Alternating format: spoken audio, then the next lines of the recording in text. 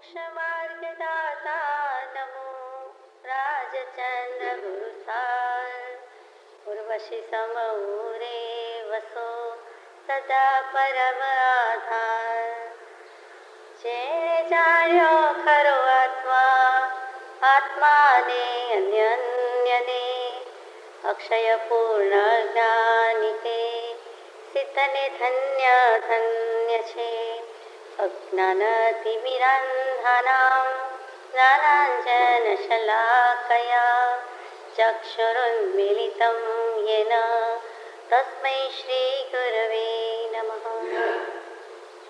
સત્શ્રુતને નમસ્કાર, તારક ત્રિપુટીને નમસ્કાર, અસીમ ઉપકારી આત્માને નમસ્કાર, મહાવિત્રોને નમસ્કાર, મહાવિત્રો સમાન મુરબ્બીઓ મુમુક્ષુઓને નમસ્કાર, મહારાજ સાહેબને નમસ્કાર. પરમ કૃપાળુદેવ પ્રણીત વચનામૃતજી અંતર્ગત વ્યાખ્યાન સાર ભાગ 1 લગભગ આજે પૂરું થઈ જશે. 222 બોલ છે. 220 બોલ સુધી આપણે યથાશક્તિ વિચારણા પૂરી કરી. હવે બોલ નંબર 221. જેણે વડનું વૃક્ષ જોયું ના હોય તેઓને જો એમ કહેવામાં આવે કે આ રાઈના દાણા જેવડા વડના બીજમાંથી આશરે 1 માઇલના વિસ્તારમાં સમાય એવું મોટું ઝાડ થઈ શકે છે, તો તે વાત તેના માનવામાં ન આવતા કહેનારને ઉલટા રૂપમાં લઈ જાય છે. પણ જેણે વડનું વૃક્ષ જોયું છે અને આ વાતનો અનુભવ છે તેને વડના બીજમાં દાળ, મૂળ, પાન, શાખા, ફળ, ફૂલ આદિવાળું મોટું વૃક્ષ સમાયું છે એ વાત માનવામાં આવે છે, પ્રતીત થાય છે. પૂતગલ જે રૂપી પદાર્થ છે, મૂર્તિમંત છે, તેના એક સ્કંદના એક ભાગમાં અનંતા ભાગ છે એ વાત પ્રત્યક્ષ હોવાથી માનવામાં આવે છે. પણ તેટલા જ ભાગમાં જીવ અરૂપી અમૂર્તિમંત હોવાથી વધારે સમાઈ શકે છે, પણ ત્યાં અનંતાને બદલે અસંખ્યાતા કહેવામાં આવે તો પણ માનવામાં આવતું નથી એ આશ્ચર્યકારક વાત છે. આ પ્રમાણે પ્રતીત થવા માટે અનેક નય રસ્તા બતાવવામાં આવ્યા છે, જેથી કોઈ રીતે જો પ્રતીતિ થઈ તો વડના બીજની પ્રતીતિ માફક મોક્ષના બીજની સમ્યક રૂપે પ્રતીતિ થાય છે. મોક્ષ છે એ નિશ્ચય થાય છે, એમાં કશો શક નથી. આગલો બોલ છેલ્લો બોલ વિચાર્યો હતો કે આજ સુધી આત્માને અસ્તિત્વ ભાસ્યું નથી. અસ્તિત્વ ભાસ થાય તો સમ્યક્ત્વ પ્રાપ્ત થાય છે. અસ્તિત્વ એ સમ્યક્ત્વનું એક અંગ છે. એક વખત જો અસ્તિત્વ ભાસે તો તે દૃષ્ટિની માફક નજરાય છે અને આત્મા ત્યાંથી ખસી શકતો નથી. અને એક વખત સમ્યક્ત્વ આવ્યા પછી કદાચ વમી જાય તો પણ તે પાછો ઠેકાણે આવે છે. એમ થવાનું મૂળ કારણ તેને અસ્તિત્વ ભાસ્યું તે છે.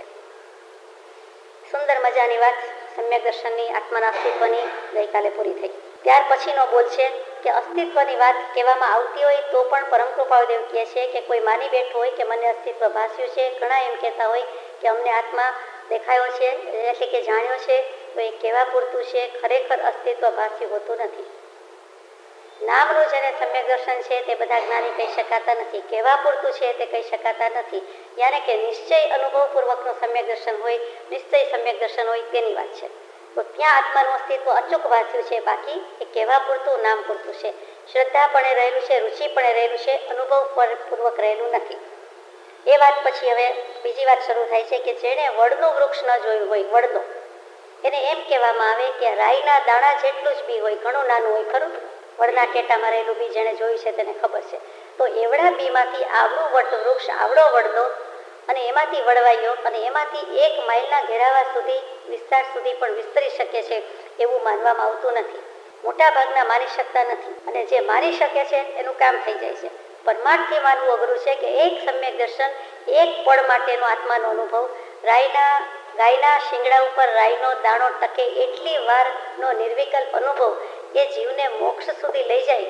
અનંતકાળના અનંત ભવના કર્મો એમ ક્ષણવારમાં શ્વાસોચ્છ્વાસમાં ખપાવી શકાય અને નિર્જરાવી શકાય એ સ્વભાવનું ભાન આવતા આ કર્મની સંતતિ તૂટી જાય એ જેને અનુભવ નથી, એ જેમ વડનું વૃક્ષ જોયું નથી કે બીમાંથી વૃક્ષ થાય છે અને માનતો નથી, તેમ સમ્યક દર્શનથી મોક્ષ થઈ જાય છે. અથવા તો સમ્યક દર્શનની એક પળનો આટલો મહિમા છે, આત્માનુભવનો આટલો મહિમા છે, એને પ્રતીતિ આવતી નથી, આત્માની શ્રદ્ધા આવતી નથી. તો વડના વૃક્ષો પરથી કીધેલું છે કે એમાંથી જે આટલું બધું પાંગરે છે, આત્માના ગુણો વધારે ને વધારે પ્રાગટ્ય પામે છે, વધુ ને વધુ એનો વિકાસ થાય છે. તે જેમ સમજી શકાતું નથી તો કે વડના બીજ અને વૃક્ષ ઉપરથી જો સમજી શકાય તો આત્માની વાત પણ સમજી શકાય. બીજી વાત પાછી ત્યાં જ મૂકી છે કે એટલા જ ભાગમાં જીવ અરૂપી અનંતી અમૂર્તિમંત હોવાથી અનંતા રહી શકે છે. વડનું બી તો હજી મોટું છે, પણ સોયની અણીના ભાગમાં નિગોદ, કંદમૂળ વગેરે જીવો એક અણીથી પણ ઓછા એરિયો કેવો હોય, ઓછા એરિયામાં કેવું હોય, તો એવા અનંતા જીવો રહે છે. તો ભગવાન કહે છે કે અનંતાની બદલે અસંખ્યાત કહો તો પણ જીવ માનવા તૈયાર નથી, પણ ત્યાં બીમાંથી બધું થાય છે એટલું માની શકશે. તો જો એ શ્રદ્ધા આવે છે કે વડના બીજમાંથી આટલું વૃક્ષ બની શકે છે, તો આત્માના અનુભવથી અથવા તો આ સોયની અણીમાં આટલા જીવો રહેલા છે, નિગોદ કંદમૂળના જીવો એક સાથે આટલું શેર કરે છે, એ કેમ માની શકાતા નથી? અનંતનો કોન્સેપ્ટ ક્લિયર ન થાય, સમજાય નહીં, તો અસંખ્યાત સુધી આવો તો પણ જીવ કહેવા તૈયાર નથી કે પાણીના બિંદુમાં એક ટીપામાં અસંખ્યાત જીવો રહેલા છે. વિજ્ઞાને પ્રયોગશાળામાં સાબિત કરી બતાવ્યું વર્ષોના વર્ષો પહેલાં આપણા બચપણમાં કે આટલા જીવો તો છે, 5 આંકડામાં રકમ તો મૂકેલી છે, અને તે તો દેખીતા 10 જીવો, બાકી તો અસંખ્યાત જીવો કેવલ જ્ઞાનીના જ્ઞાનમાં ઝળક્યા છે અને એમણે મૂક્યા છે. એવી જ રીતે નિગોદ કંદમૂળની આટલા જીવો રહેલા છે. ન માનવું હોય, ન પ્રતીતિ આવતી હોય, ન શ્રદ્ધા થતી હોય, તો કૃપાદેવે છેવટ કહી દીધું કે આત્માના અનુભવી થવો. આત્મા અનુભવશો તો સમજાશે કે કેટલા જીવો રહેલા છે. એ અગાઉ વાત આવી ગઈ છે. અહીંયા પણ એ જ કીધું છે કે આટલી જગ્યામાં જો આટલું રહી શકે છે, આ વાત માનવામાં આવે છે કે બીમાંથી આવડું મોટું વૃક્ષ થયું છે, એ પ્રતીત થાય છે. તો પૂતગલ કે જે રૂપી છે, મૂર્તિમાન છે, એ અનંત પરમાણુ પૂતગલનો મળેલો દેશ, પ્રદેશ અને છેવટ સ્કંદ, તો સ્કંદ કહેતા તો પૂતગલ અનંતતા એમાં સમાઈ ગયા છે. સ્કંદનો અનંતમો ભાગ તે પૂતગલ છે, પૂતગલના અનંત ગુણા તે સ્કંદ થાય છે. તો એ વાત પ્રત્યક્ષ હોવાથી પણ મનાય છે અને નહીતર પણ માને છે, વિજ્ઞાન પણ માને છે. પણ એટલા જ ભાગમાં જીવ રહેલા છે, એ જીવને મનાતું નથી. એ આશ્ચર્યની વાત છે. કૃપાળુને દુઃખ લાગ્યું છે, આશ્ચર્ય લાગ્યું છે કે આ કેમ જીવ માનતો નથી. ત્યાં લક્ષ કરાવે છે, પરમાર્થથી પણ કરાવે છે, વ્યવહારથી પણ કરાવે છે. વ્યવહારથી પણ ભક્ષ્ય અભક્ષ્યનો વિવેક કરાવે છે અને પરમાર્થથી પણ કરાવે છે કે જો સમ્યક દર્શન થાય, જો આત્માનો અનુભવ થાય તો ખબર પડે. એના માટે આટલું શ્રદ્ધા યોગ્ય છે. અને આ પ્રમાણે પ્રતીત થાય તો અનેક નહીં અને રસ્તા બતાવવામાં આવ્યા છે. આ જ વસ્તુને અનેક અભિપ્રાયથી, અનેક એંગલથી, અનેક દૃષ્ટિબિંદુથી બધું મૂકવામાં આવ્યું છે, જેથી કોઈ રીતે જો પ્રતીતિ થઈ તો વડના બીજની પ્રતીતિ માફક મોક્ષના બીજની સમ્યક્ત્વ રૂપે પ્રતીતિ થાય છે. બીજમાંથી વડનું વૃક્ષ થયું, એવી જ રીતે મિથ્યાત્વમાંથી સમ્યક્ત્વ થાય છે અને સમ્યક્ત્વમાંથી મોક્ષ થઈ જાય છે. મિથ્યાત્વમાંથી સમ્યક્ત્વ કેવું એટલે રૂપાંતર પામીને થાય છે. અનંતકાળથી જે જ્ઞાન ભવ હેતુરૂપ થતું હતું તેને સમય માત્રમાં જાત્યંતર કરી ભવ નિવૃત્તિ રૂપ કર્યું. તે કલ્યાણમૂર્તિ સમ્યક દર્શનને નમસ્કાર કરીએ છીએ. એની અહીંયા વાત ચાલે છે. મિથ્યાત્વની વાત પણ કૃપાળુદેવે વ્યાખ્યાન સરમાં મૂકી જ છે. એમાંથી આપણને હવે સમ્યક દર્શન, આત્મા અને એના પર લઈ આવ્યા છે. ટૂંકમાં નિઃશંકિતપણે, નિસંદેહપણે કહી દીધું છે કે બીજમાંથી વૃક્ષ થાય છે, તેમ બોધ બીજ યાને કે સમ્યક દર્શન થાય તો એને છેવટનું કેવલ જ્ઞાન અને નિર્વાણ પદની પ્રાપ્તિ થાય છે. બોલ નંબર 222 છેલ્લો ધર્મ સંબંધી કૌંસમાં મૂક્યું છે શ્રી રત્ન કરંડક શ્રાવકાચાર. સમંત ભદ્રાચાર્ય ધુરંધર આચાર્ય થઈ ગયા દિગંબર આમનાઈમાં, અને એમણે શ્રાવકાચાર માટે જો કોઈએ સૌથી પહેલો ગ્રંથ લખ્યો હોય તો શ્રી સમંત ભદ્રાચાર્યજીએ લખેલો છે. બહુ જ સુંદર છે. શ્રાવકના આચાર કેવા હોવા જોઈએ, શ્રાવક કહેતા જ એ સમ્યક દર્શનવંત હોવું જોઈએ, એવી બધી વાત સુંદર રીતે મૂકી છે. અને હવે એનો જ લગભગ અનુવાદ છે, એ આપણે વિચારીએ છીએ. પહેલું જ મૂક્યું છે આત્માને સ્વભાવમાં ધારે તે ધર્મ. આત્મા તો છે, આત્માની પાસે એટલે આપણી પોતાની પાસે સ્વરૂપ પણ છે, સ્વભાવ પણ છે. ક્યારેય નહોતો એવું નથી. કીડી નહીં છે ને કુંજર નહીં છે ને મનુષ્ય નહીં છે ને દેવ નહીં છે ને નારક નહીં છે અને નિગોદ નહીં છે. આત્મા કીધો એને ચૈતન્ય કીધો, જીવતો જાગતો આત્મા કીધો એટલે એને ઉપયોગ લક્ષણ છે. એને અક્ષરના અનંતમાં ભાગનું જ્ઞાનનો ઉગાડ છે. તો નિગોદને પણ જો આ બધું હોય તો આપણે તો સંઘની પંચેન્દ્રિય મનુષ્ય, ઉચ્ચ કુળ ગોત્ર, વિતરાગ વાણીની સન્મુખ થવા પ્રયત્ન કરીએ છીએ અને આટલું બધું મળ્યું છે, આટલા ઉજ્જવળ સંયોગ મળ્યા છે, એટલે આપણી તો કોઈ વાત કીધી જાય એવી નથી. આપણે તો બુદ્ધિ વિચાર બળથી પણ વિચારી શકીએ છીએ કે સ્વભાવ શું, વિભાવ શું. કેટલાય જીવોને તો ખ્યાલ જ નથી, એ શબ્દ સુધી જ આવી શકતા નથી. આપણા ઉપર તો કોઈ પરમ કૃપા છે કે પરમ પુણ્યોદય છે કે આપણને આવું મળ્યું અને અહીં સુધી આવી શક્યા. એમાં વળી પરમ કૃપાળુદેવે જેમ 12મું દૃષ્ટિવાદ અંગ પહેલાં લખ્યું અને પછી સમજાયું નહીં એટલે શ્રી આચારાંકથી શરૂઆત કરવી પડી અને દ્વાદશાંગી રચાઈ. એવી રીતે એમણે પણ શ્રી આત્મસ્થિતિ શાસ્ત્ર મૂક્યું. એવી જ રીતે ધર્મ સંબંધી વાત મૂકી, પણ સ્વભાવ વિભાવથી ફેંસલો લેવાનું મૂક્યું, સહજ સ્વરૂપે સ્થિતિ થવાનું મૂક્યું. ટૂંકામાં આ કાળના જીવો માટે, આપણા માટે ટૂંકું ને ટચ અને છતાંય ક્યાંય તત્વને આત્માને બાધ ન આવે એવી રીતે માર્ગ મૂક્યો છે તે ધર્મ, તે મોક્ષ માર્ગ હતો જ, અનંતકાળથી છે. મોક્ષનો માર્ગ કંઈ હવે મૂક્યો છે એવું નથી, છે જ. અનંતકાળથી તીર્થંકર દેવ થયા છે, અનંતકાળથી અનાદિકાળથી મોક્ષમાં જ છે અને અનંતકાળ સુધી રહેવાનું છે. પણ એમણે માર્ગને સંજીવની આપી, પુનરુદ્ધાર કર્યો. અને મહાવીર સ્વામીના છેલ્લા શિષ્ય તરીકે હતા, ત્યાંથી લઈને આવ્યા હતા. એ બધો જ બોધ, પૂર્ણ વિતરાગ જેવો બોધ તમને સહજે સાંભળી આવે છે એમ લખનાર પુરુષ એ દશામાં આવીને પછી મૂક્યું છે. એટલે આપણે માન્ય કરવા યોગ્ય છે, વિતરાગ વાણી છે, બીજું કાંઈ નથી. અને અનુભવીને મૂક્યું છે. સહજાત્મ સ્વરૂપની પ્રાપ્તિ પછી મંત્ર આપ્યો અને સહજાત્મ સ્વરૂપી થઈને સ્વરૂપની વાત મૂકી છે. મંત્ર સાધીને મૂક્યું છે, સ્વરૂપ સાબિત કરી બતાવ્યું છે, આત્માની સિદ્ધિ કરી છે, થઈ છે, માટે બીજાને આત્મા કેમ પ્રસિદ્ધિમાં લાવવો, આણવો એ મૂકી શક્યા છે. એનું બહુ મહાત્મ્ય છે. આત્માને સ્વભાવમાં ધારે તે ધર્મ, એટલે 12મા દૃષ્ટિવાદ અંગની જેમ જ સ્વભાવ વિભાવથી મૂક્યું. એમની આજ્ઞા પણ એમ જ છે અને એમણે પણ એમ જ લખ્યું કે સ્વભાવમાં રહેવું અને વિભાવથી મુકાવવું એ જીન પ્રવચનની મુખ્ય આજ્ઞા છે. એના માટે આ બધો સાર કે બધા શાસ્ત્રો રચાયા, એ સાર પ્રાપ્ત કરવા માટે. અને ન સમજાયું, એ વખતના જીવોને પણ સ્વભાવ વિભાવ ન સમજાયો. આજે પણ આપણને જે અનાદિનો થાક ઉતારવાનો રસ્તો છે એ સ્વભાવ વિભાવ સમજવામાં, ઉપયોગ રાખવામાં તકલીફ પડી જાય છે.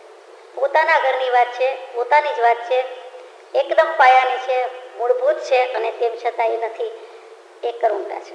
કૃપાદેવની કરુણા સામે જીવોની કરુણતા છે કે એને સમજવું નથી, સમજાતું નથી. ફરીથી આત્માના સ્વભાવમાં ધારે, આત્માને સ્વભાવમાં ધારે તે ધર્મ. અને એના પછીનું છે સાથે લઈએ, આત્માનો સ્વભાવ તે ધર્મ. આત્માને સ્વભાવમાં ધારે એટલે શું? આત્મા એટલે શું? જીવ. અત ક્રિયાપદ છે સંસ્કૃતમાં. અત એટલે જવું, ગમન કરવું. જ્યાં જ્યાં જવું, ગમન કરવું આવે ત્યાં જાણવું આવે અને આવે છે. જવું અને જાણવું સાથે જ જાય. આ સંસ્કૃત સાહિત્યનો કે અધ્યાત્મ સાહિત્યનો નિયમ છે. એ જીવનો સ્વભાવ જ જ્ઞાન સ્વભાવ છે. એટલે જ્યાં ગયા કરે છે, જયા કરે છે, ત્યાં જાણ્યા જ કરે છે. એટલે આત્મા એટલે જે નિરંતર ગતિ કર્યા કરે છે તે.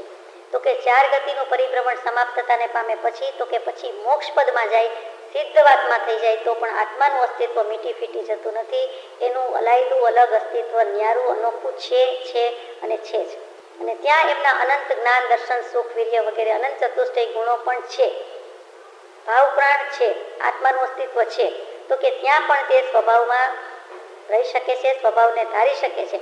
કરવા પણ કાંઈ રહેતું નથી, કાયા નથી, કર્મ નથી, જન્મ નથી, જરા નથી, મરણ નથી. અનંત આત્મિક સુખની લહેરમાં બિરાજી રહ્યા છે.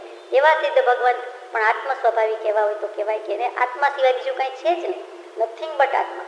એવો આત્મા. એટલે અહીંયા આપણે નિરંતર ગતિશીલતા, આપણે આપણી વાત કરીએ છીએ, એને સ્વભાવમાં ધારે તે ધર્મ. સ્વભાવ શું? પોતે, પોતાનો ભાવ, પોતાનું સ્વરૂપ, પોતાનું હોવા પણ. ભૂ એટલે હોવું અને થવું. પોતે જે રૂપે છે, જે રૂપે હોયા કરે છે, થયા કરે છે તે ભાવ. એ ભાવની બદલે એવા વિભાવ પ્રભાવ કરે છે કે ભવ રૂપે થઈ જાય છે, ભાવ રૂપે રહેતો નથી.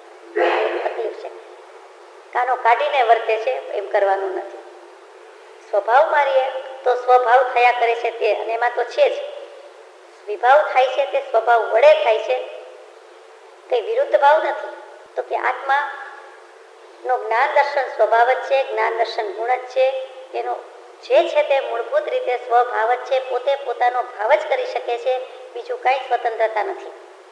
પણ તેની બદલે અનંત શક્તિ પોતાનામાં સમાવાની બદલે, રહેવાની બદલે બહાર ઢોળાઈ જાય છે. વિભાવ પ્રભાવમાં, પરદ્રવ્યમાં જતી રહે છે.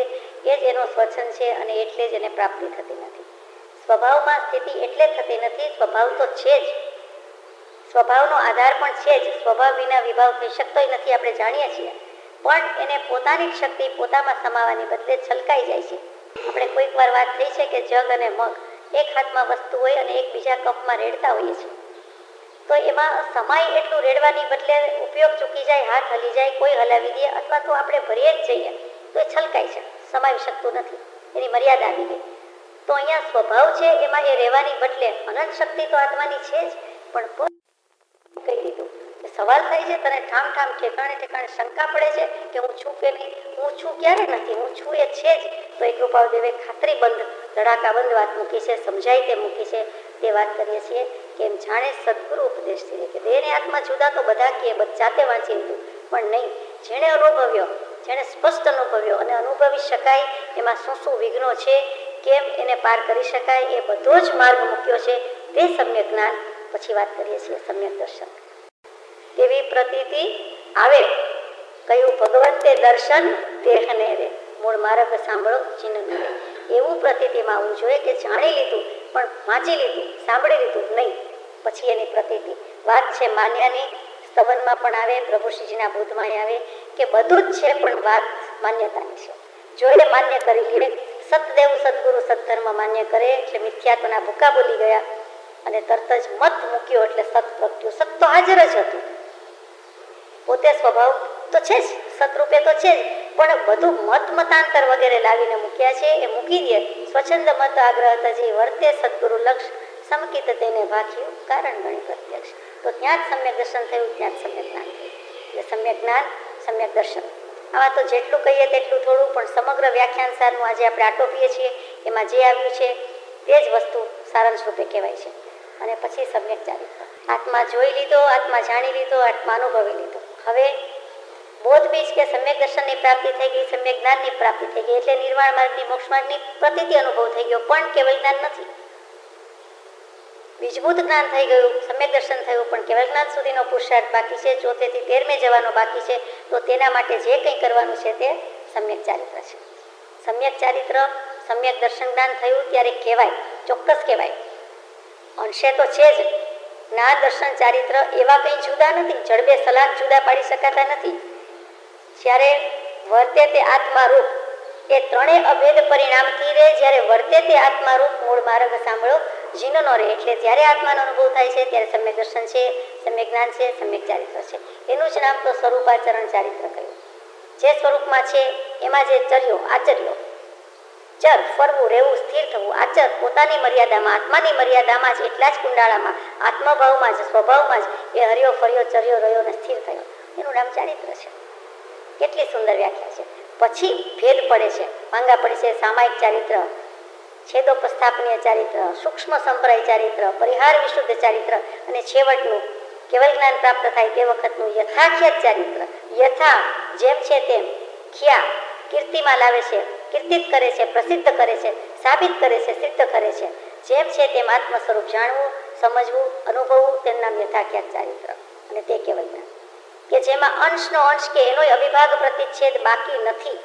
આત્માના સર્વે ગુણો, સર્વે લક્ષણ, અનંત જ્ઞાન, દર્શન, સુખ, વીર્ય, ગુરુ, લઘુત્વ વગેરે વગેરે કે જેનું હવે કોઈ કાંઈ આગળ વિભાજન થઈ શકે નહીં એવું એને સંપૂર્ણપણે જાણે છે, માને છે, પ્રમાણ કરે છે. અને પછી વાણીમાં આવે એટલું કહ્યું છે એટલે કેવલ જ્ઞાનને પણ આપણા નમસ્કાર છે.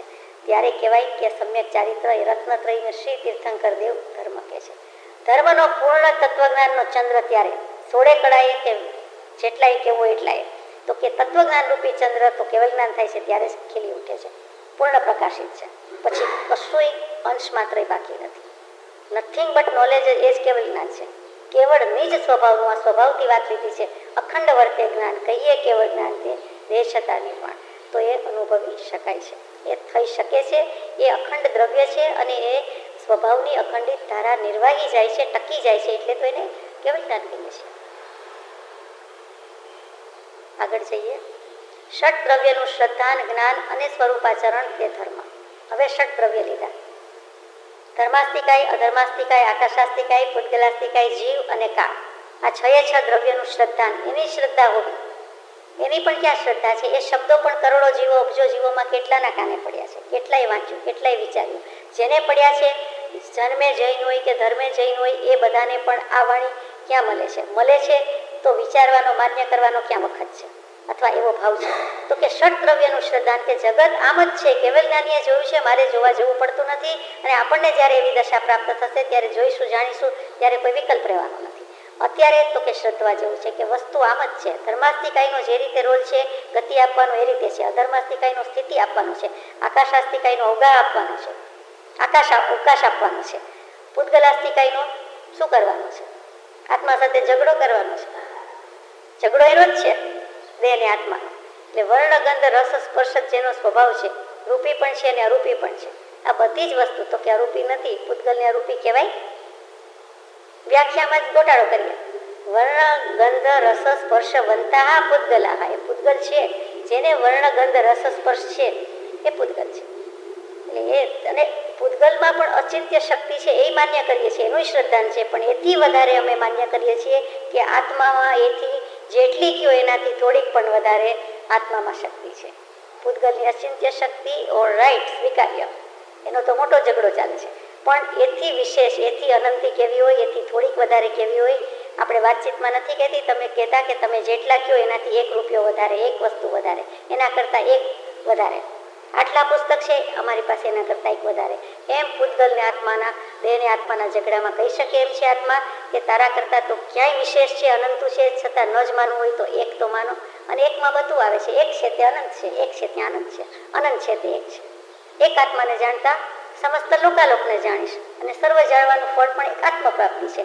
માટે આત્માથી જુદા એવા બીજા ભાવો જાણવાની વારંવારની ઈચ્છાથી તું નિવડ અને એક નિજ સ્વરૂપને વિશે દૃષ્ટિ દે કે જે દૃષ્ટિથી સમસ્ત સૃષ્ટિ નિર્પણે તારે વિશે દેખાશે. એક આત્મા જાણતા કેવલ જ્ઞાન તો થવાનું જ છે, પણ મુખ્ય મુદ્દો આત્માને જાણવો, એક આત્માને જાણવો. એના માટેનો ઉપાય પણ એમાં મૂક્યો કે આત્માથી જુદા એવા બીજા ભાવો જાણવાની વારંવારની ઈચ્છા. બસ આટલું જ કરે તો એને તે જ પડે મોક્ષ છે, તે જ સમયે મુક્ત ભાવ છે. પહેલો તો મુક્ત ભાવ, મોક્ષ ભાવ અહીંયા અનુભવાય છે, પછી આગળ અનુભવાય છે. તો ષડદ્રવ્યના શ્રદ્ધાની વાત છે કે એમાં આપણને પૂરી શ્રદ્ધા છે કે વસ્તુ તો આમ જ છે, બીજી કોઈ રીતે નથી. જગત કોઈએ બનાવ્યું નથી. ત્યાં સૃષ્ટિ કરતા, જગત કરતાને ઉડાવ્યો છે, અને ઉડાવવા જેવું છે, કારણ કે છે જ નહીં. વિશ્વ વ્યવસ્થા અનાદિકાળથી આમ છે અને આમ રહેવાની છે, અને અત્યારે એમ રહી છે. પછી એનું શ્રદ્ધાન, પછી એનું જ્ઞાન કે એના શું શું લક્ષણ છે, અંગ છે, પ્રદેશ છે કે કેમ, આપણે બધું વિચારી ગયા છીએ. અને પછી સ્વરૂપાચરણ તે ધર્મ. ષડદ્રવ્યમાં પણ કહી દીધું કે એની શ્રદ્ધા, એનું દર્શન, એનું જ્ઞાન અને એનું સ્વરૂપાચરણ તે ધર્મ. એ જાણશે એટલે તરત જ થઈ જશે કે આ બધા લક્ષણ ગુણ તો પરદ્રવ્યના. આ જે હું વાંચી ગયો, વિચારી ગયો, સમજી ગયો, એ તો પરદ્રવ્ય. આ ધર્મ, આકાશ, કાળ અને છેવટ પૂતગલ એ પર છે, હું નથી. પૂતગલ જુદું અને હું જુદું, દેહ જુદો અને હું જુદો. એટલે પરદ્રવ્યની વાંચન વિચારણા વૃત્તિથી સ્વદ્રવ્ય ઉપર કેન્દ્રાભિમુખ થશે, કોન્સન્ટ્રેટ થશે, અને ઓટોમેટિક સૂક્ષ્મ વિચારણા પરિણતિ એને આત્માના પરિણમનમાં લઈ જશે. કોઈક એવી ધન્ય પણ આવી જશે કે જે પણ એને આત્માનો અનુભવ થઈ જશે. આવું સમજાય છે. એટલે કીધું કે તેનું નામ ધર્મ. ષડદ્રવ્યની શ્રદ્ધા ભલે હોય, પરદ્રવ્ય હોય, એની શ્રદ્ધા આચરતા, એનું જ્ઞાન રાખતા, કરતા, વિચારતા એને પોતે જે સ્વરૂપે છે તેનો અનુભવ થઈ જશે. ત્યાર પછીનું વચન છે આપ્ત, એટલે સર્વ પદાર્થોને જાણી તેના સ્વરૂપનો સત્યાર્થ પ્રગટ કરનાર. આપતમાં જ બધું આવી ગયું. આપ કહેતા આત્મા, અને આપતો આત્મામાં જેણે સ્થિતિ કરી છે તે આત્મા પ્રાપ્ત કર્યો છે તેનું નામ આપતો. આપત પરથી પ્રાપ્ત શબ્દ આવ્યો છે. એણે સર્વ પદાર્થોને જાણી સમસ્ત સૃષ્ટિના, અખિલ બ્રહ્માંડના, ત્રિલોકના, 14 રાજલોકના સમસ્ત દ્રવ્ય, અને દ્રવ્ય થયો એટલે એના ગુણ પર્યાય આવી જ ગયા, એ બધાને જાણી તેના સ્વરૂપનો સત્યાર્થ પ્રગટ કરનાર. એ જાણીને કામ શું છે, એનું સ્વરૂપ જાણ્યા પછી શું છે, તો કે જાણ્યું એટલે અમે કહી શકીએ એમ છીએ કે ધર્માસ્તિકાય આ રીતે છે, અધર્માસ્તિકાય આ રીતે છે, લોકાકાશ ઉપરાંત અલોકાકાશ પણ છે, વગેરે વગેરે કહી શકે છે. ત્યાં આપત પુરુષ કહી શકે છે, વિતરાગ કહી શકે છે, કેવલ જ્ઞાની કહી શકે છે.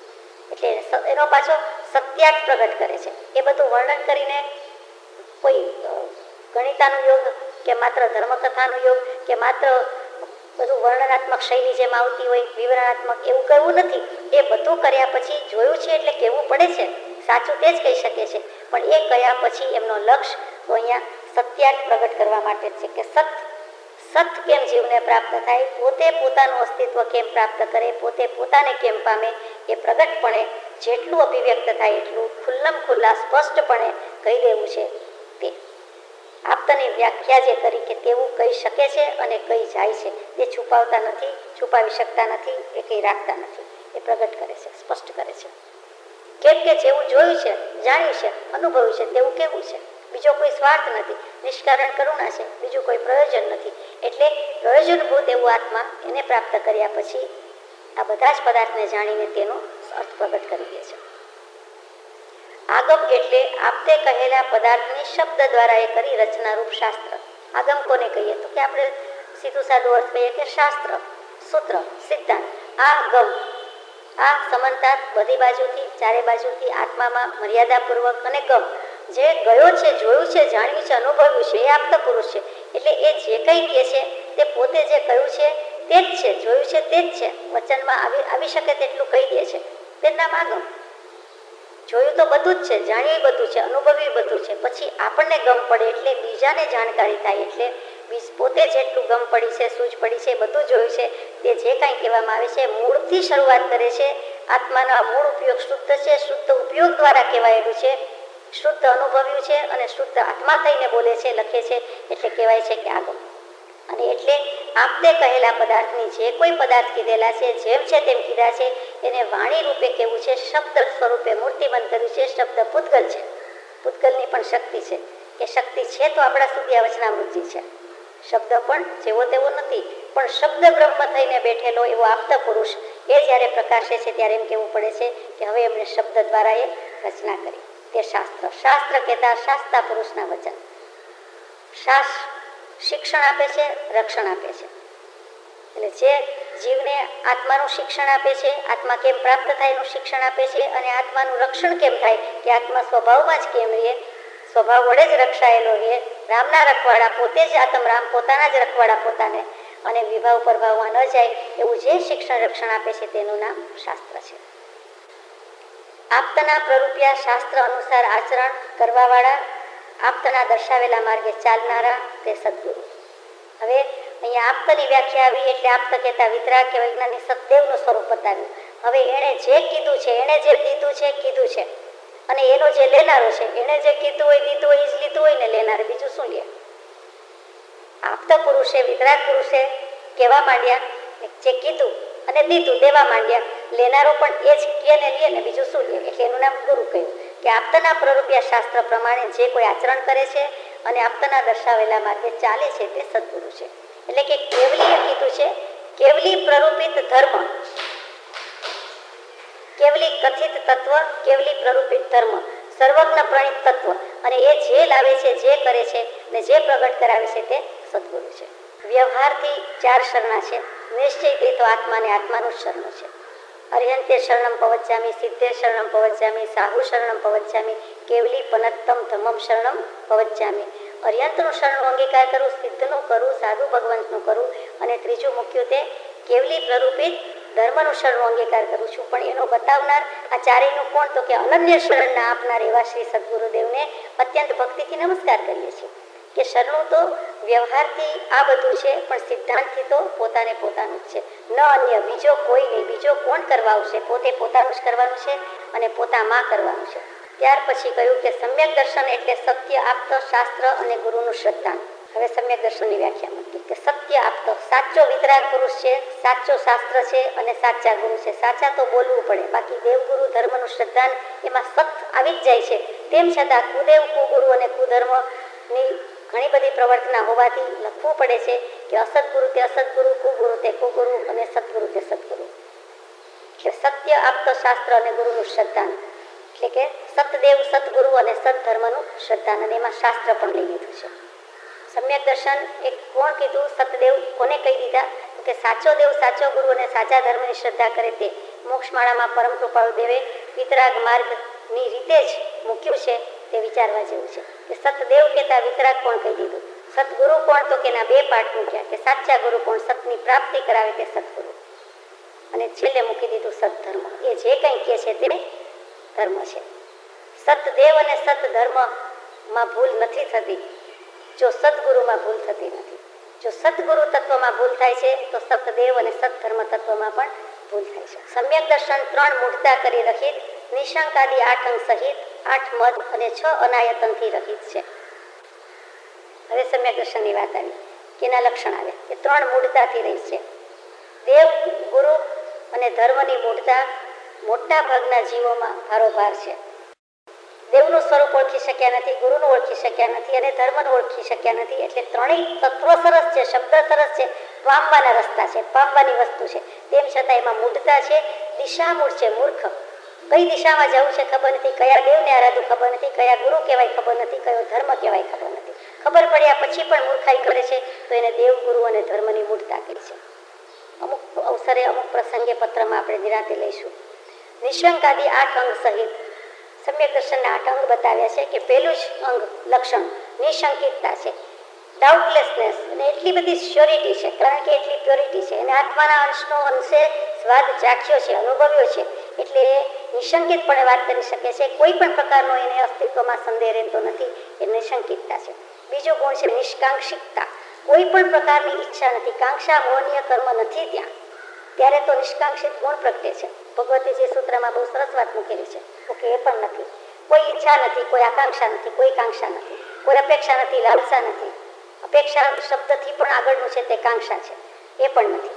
ત્યાર પછીનો ત્રીજો ગુણ આવે છે, અહીંયા 8 અંગની વાત મૂકી છે, એટલે નિર્વિચિકિત્સાનો, કોઈ પ્રત્યે કોઈ અરુચિ સુખ નથી, વ્યવહારિક રીતે કોઈ સાદો મોરી પ્રત્યે નથી, એમના કોઈ મલિન વસ્ત્ર પ્રત્યે નથી, અસ્વચ્છ પ્રત્યે નથી, કોઈને ઉલટી વગેરે થાય તો એના પ્રત્યે નથી, એ બધું આવે છે. વિતિકિચ્છા કહીએ છીએ, વિચિકિત્સા, નિર્વિચિકિત્સા એટલે અરુચિ કે સુખ નથી. તે સીધો સાદો વ્યવહારિક અર્થ થયો. પરમાર્થિક રીતે શું, તો કે બીજાના ધર્મ પ્રત્યે પણ એને ભલે શ્રદ્ધા નથી, પણ તેમ છતાં એ એવું સુખભર્યું વર્તન કરી શકતો નથી, કરી શકે નહીં. ત્યાં દ્વેષ બુદ્ધિ આવી જાય છે. મારું સાચું છે, મારો આગ્રહ છે, હું આ જ માનીશ, પણ બીજાની પાસે ત્યાં એને દયા રાખે છે, દુઃખ લાગે છે, પણ દ્વેષ બુદ્ધિ કરી શકે નહીં. એ કરી શકે જ નહીં, એને કરાય જ નહીં. ચોથું છે અમૂઢ દ્રષ્ટિ, એ બીજા પ્રત્યે મૂઢતા ભાવ પણ રાખતો નથી. બીજો મૂર્ખ છે, સમજતો નથી, કરુણા છે, પણ એ અમૂઢ દ્રષ્ટિ છે, એવું કહેતો નથી, વાણીથી પણ દોષમાં પડતો નથી. પછી ઉપગુહન ગુણ છે, કોઈના પણ દોષ છે એ પ્રગટ કરતો નથી. ગમે તેવા દોષ હોય એને કઢાવવા માટેનો પ્રયત્ન હોય, પણ છાની વાત, ગુપ્ત વાત, એ કોઈ દિવસ જેનાથી અહિત થાય છે, કેટલાય જીવોનો ઘાત વળી જાય છે, સત્યાનાશ વળી જાય છે, એવું એ કોઈ દિવસ કહેશે. આ તો બહુ સમજવા જેવી વાત છે, વ્યવહારથી પરમાર્થી. અત્યારે આપણે સારાંશ રૂપે માત્ર નામ બોલી જઈએ છીએ. પછી સ્થિતિકરણ છે, કોઈ જેવું સમ્યક દર્શન થઈ ગયું હોય, શ્રદ્ધાવાન હોય, રુચિવાન હોય, પણ પછી પડું થાય કે પડી જાય અથવા તો ડામાડોળ થઈ જાય, તો એ વખતે એને સ્થિતિ કરાવે છે, સ્થિરતા બક્ષે છે, સમાધાન કરાવે છે. તો એ સ્થિતિકરણનો ગુણ છે. પોતાની સ્થિતિ તો છે જ, પણ બીજાને સ્થિતિ કરાવે છે. પછીનો ગુણ છે વાત્સલ્ય. વત્સ કહેતા જ, બેટા કહેતા જ જગત આખાનું વાત્સલ્ય એમાં ઉભરાય આવે એવો શબ્દ છે. ભાઈ અને વત્સ, પડું થાય કે પડી જાય અથવા તો ડામાડોળ થઈ જાય, તો એ વખતે એને સ્થિતિ કરાવે છે, સ્થિરતા બક્ષે છે, સમાધાન કરાવે છે. તો એ સ્થિતિકરણનો ગુણ છે. પોતાની સ્થિતિ તો છે જ, પણ બીજાને સ્થિતિ કરાવે છે. પછીનો ગુણ છે વાત્સલ્ય. વત્સ કહેતા જ, બેટા કહેતા જ જગત આખાનું વાત્સલ્ય એમાં ઉભરાય આવે એવો શબ્દ છે. ભાઈ અને વત્સ બે શબ્દ એવા છે, તો કે ગાયને પોતાના વાછરડા ઉપર જે પ્રીતિ હોય, ત્યાં તો હજી સ્નેહના અંશ હશે, પણ અહીંયા સ્નેહ કે રાગના અંશ નથી. પણ સમ્યક દૃષ્ટિને સાધર્મિક કહીએ છીએ, બીજા બધા કહીએ છીએ, સકલ સંગ કહીએ છીએ, એના પ્રત્યે કુદરતી એટલું વાત્સલ્ય હોય, કોઈ પણ જીવ પ્રત્યે એટલું વાત્સલ્ય હોય. એક પ્રેમ જ જુદો છે, વત્સલતા જ જુદી છે. એ પ્રેમ છે, એ રાગ નથી, એ સ્નેહ નથી. ત્યાં ભેદ સમજવા જેવો છે. અને ત્યાર પછી કીધું તે પ્રભાવના, કે પેલું પોતાના પર પોતે ભાવમાં આવે, ભાવ ભાષણમાં આવે, પરિણત આત્મા થાય, સમ્યક દૃષ્ટિ થાય, જે સમ્યક દર્શનનું અંગ છે. એટલે પોતાનો ભાવ આવ્યો, પ્રગટ્યો, એટલે પોતાનો પ્રભાવ પોતાના પર પડે તો બીજા ઉપર પ્રભાવ ના કરી શકે, બીજાને પ્રભાવ ના કરી શકે, તે પ્રભાવના અંગ છે.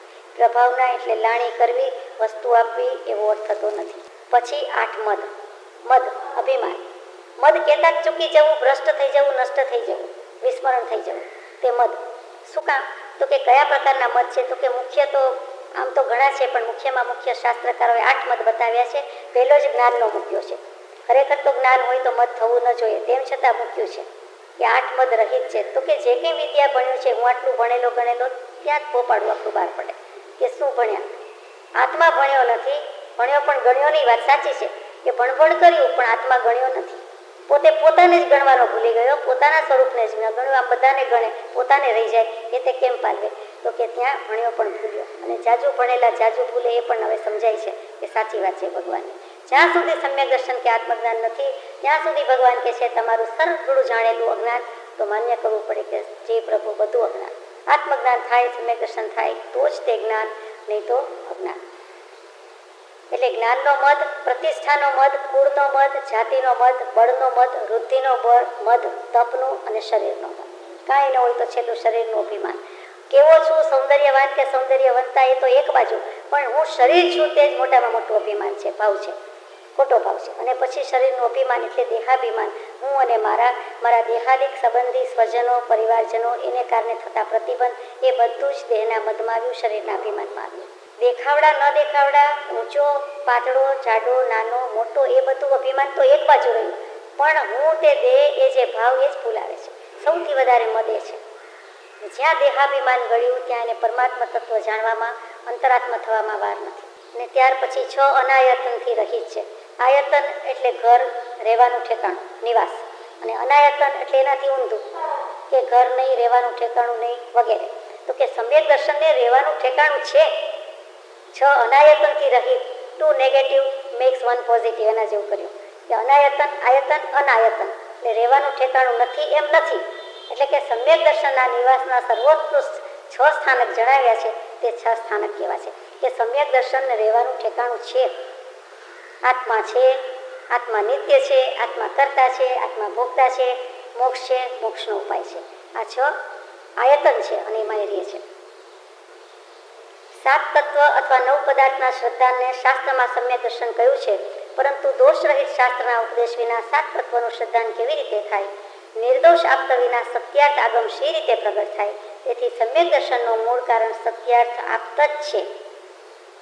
ફરીથી 7 તત્વ અથવા 9 પદાર્થનું શ્રદ્ધાન આવ્યું. 7 તત્વ એટલે કયા કહીએ? તો કે જીવ, અજીવ, આશ્રવ, સંવર, નિર્જરા, બંધ અને મોક્ષ.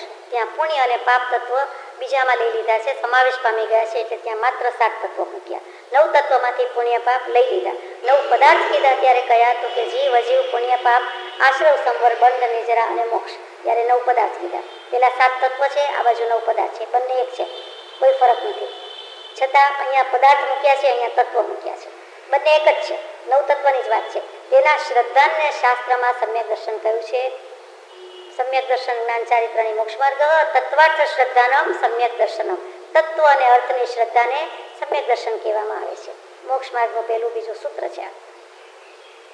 પણ દોષરહિત શાસ્ત્રના ઉપદેશ વિના એટલે કે સત્શાસ્ત્ર વિના 7 તત્વનું શ્રદ્ધાન કેવી રીતે થાય? જેની પાસે જે હોય તે આપે, ઝવેરી ઝવેરાત આપીને શાકવાળું શાક આપે, અનાજવાળું અનાજ આપે.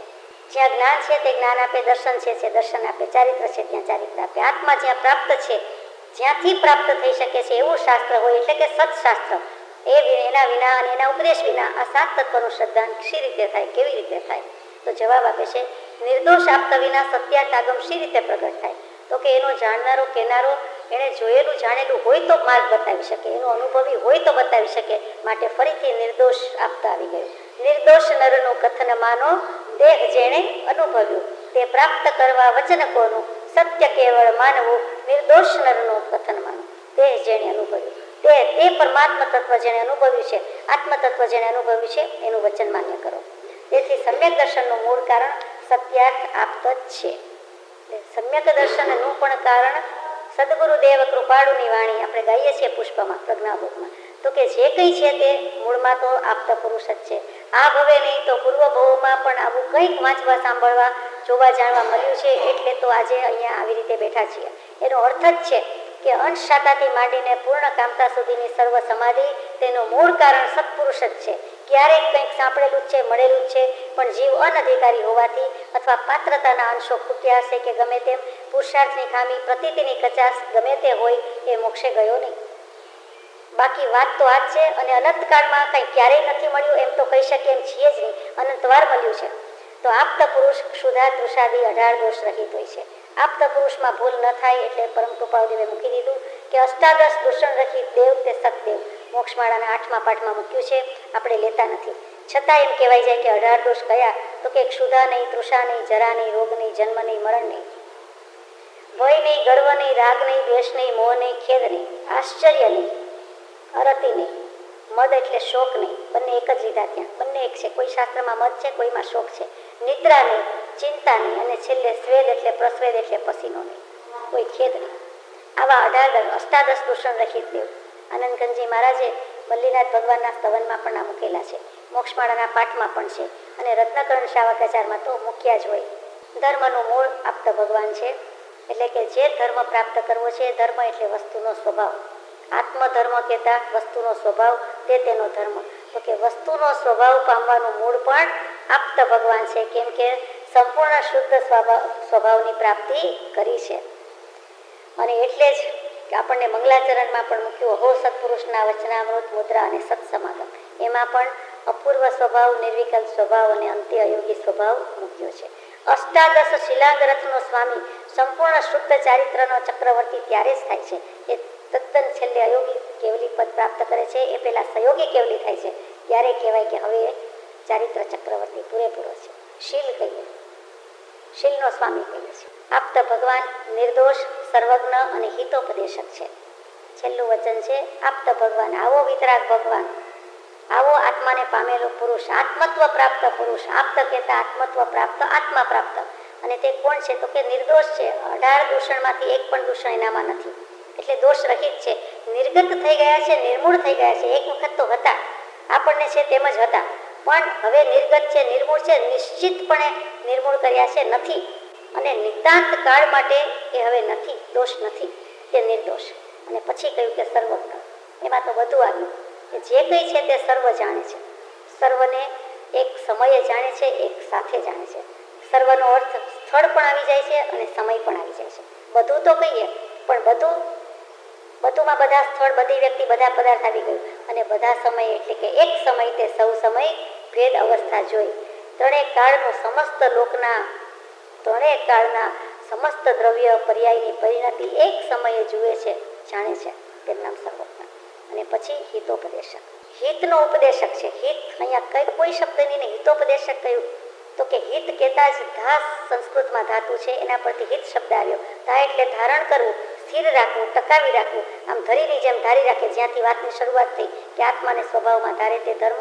હિત એ ધારી રાખે છે. આત્મા અનંતકાળ સુધી, શાશ્વત કાળ સુધી નાશવંત એવા પૂતગલને છે દઈને, છોડી દઈને, સંપૂર્ણ શાશ્વત સનાતન સમય માટે છોડી દઈને પોતે શાશ્વત સ્થિતિ કરે છે, શાશ્વત સમય માટે પ્રાપ્ત કરે છે. તેનું નામ હિત. થોડુંક હિત કરે છે તો થોડેક સમય માટે ટકી રાખે છે. સંપૂર્ણ કાળ માટે સ્થિરતા કરે છે તો તે હિતોપદેશક છે. એવું હિત જેનાથી પ્રાપ્ત થાય એનો ઉપદેશ કરે છે. એ હિતની નજીક જઈને રહ્યો. હિતની દિશા, ઉપવત્તા દિશ, ઉપદેશ કે દિશા એમને પ્રાપ્ત છે. અને પછી એ ઉપદેશ, પછી જે ઉપદેશે છે એટલે આપણે પણ આપણા સ્વદેશની પાસે જઈને રહીએ, આત્મા પાસે જ જઈને રહીએ. એટલે કે આત્મા આત્માની, આત્મામાં આત્મા માટે, આત્માથી આત્માનું કલ્યાણ કરીને ત્યાં ટકી જાય, રહી જાય શાશ્વત કાળ માટે. નાશવંતને છોડી દીધી પૂતગલ તે. એનો બોધ કરાવે છે તે આપતો ભગવાન છે. બોધ કરે છે, કરાવે છે ગુરુ દ્વારા. અને પોતે સતદેવ છે તે. એટલે આપત ભગવાન નિર્દોષ, સર્વજ્ઞ અને હિતોપદેશક છે. અને સર્વજ્ઞ કહેતા જ એક આત્મા જાણતા સર્વ જણાય છે.